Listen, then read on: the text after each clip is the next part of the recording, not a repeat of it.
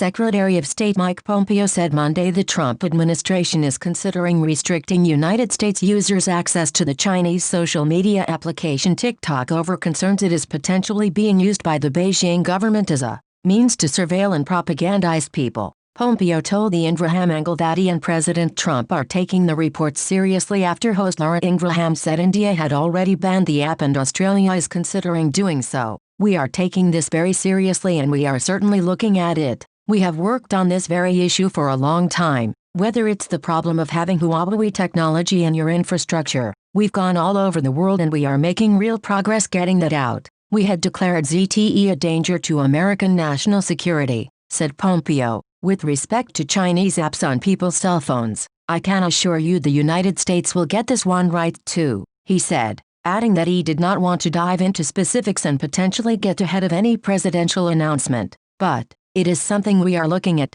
he said, going on to warn Americans that they should be cautious in using TikTok, lest they want their private information in the hands of the Chinese Communist Party. Pompeo also responded to former Obama administration National Security Advisor Susan Rice, after the potential 2020 Democratic vice presidential candidate slammed him for appearing to be one of what she called sycophants and weaklings who purportedly refuses to properly advise Trump. Rice made the remarks after a story surfaced regarding Russia allegedly offering bounties on American soldiers in Afghanistan. Ingraham called the story itself murky and played a clip of Rice for Pompeo. "This is not the time to be handing Putin an olive branch. We have a president who is doing our arch adversaries' bidding, it would seem, and he is surrounded by sycophants and weaklings who aren't doing their jobs, who don't have the confidence in themselves and in the mission that they are there to carry out, to bring the president the tough messages he needs to hear," said Rice, who some political observers see as a potential running mate for Joe Biden.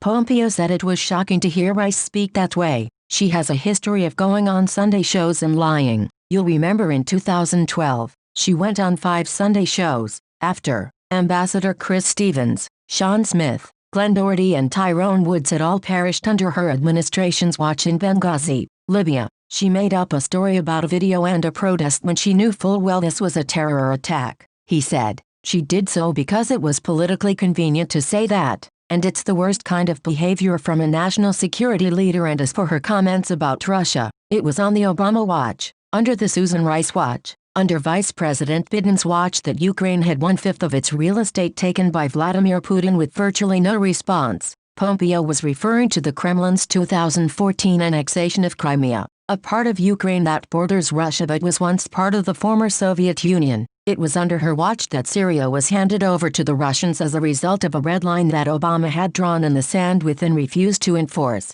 He added that, when it comes to defending and honoring American troops, Trump is far and away the better leader compared to Rice, Biden and President Obama. It was her administration that was underwriting the Iranian regime while it was killing American soldiers in the Middle East. That was an administration that didn't care about our soldiers, sailors, airmen, and Marines and certainly didn't act in a way that was securing America's national interest," he said.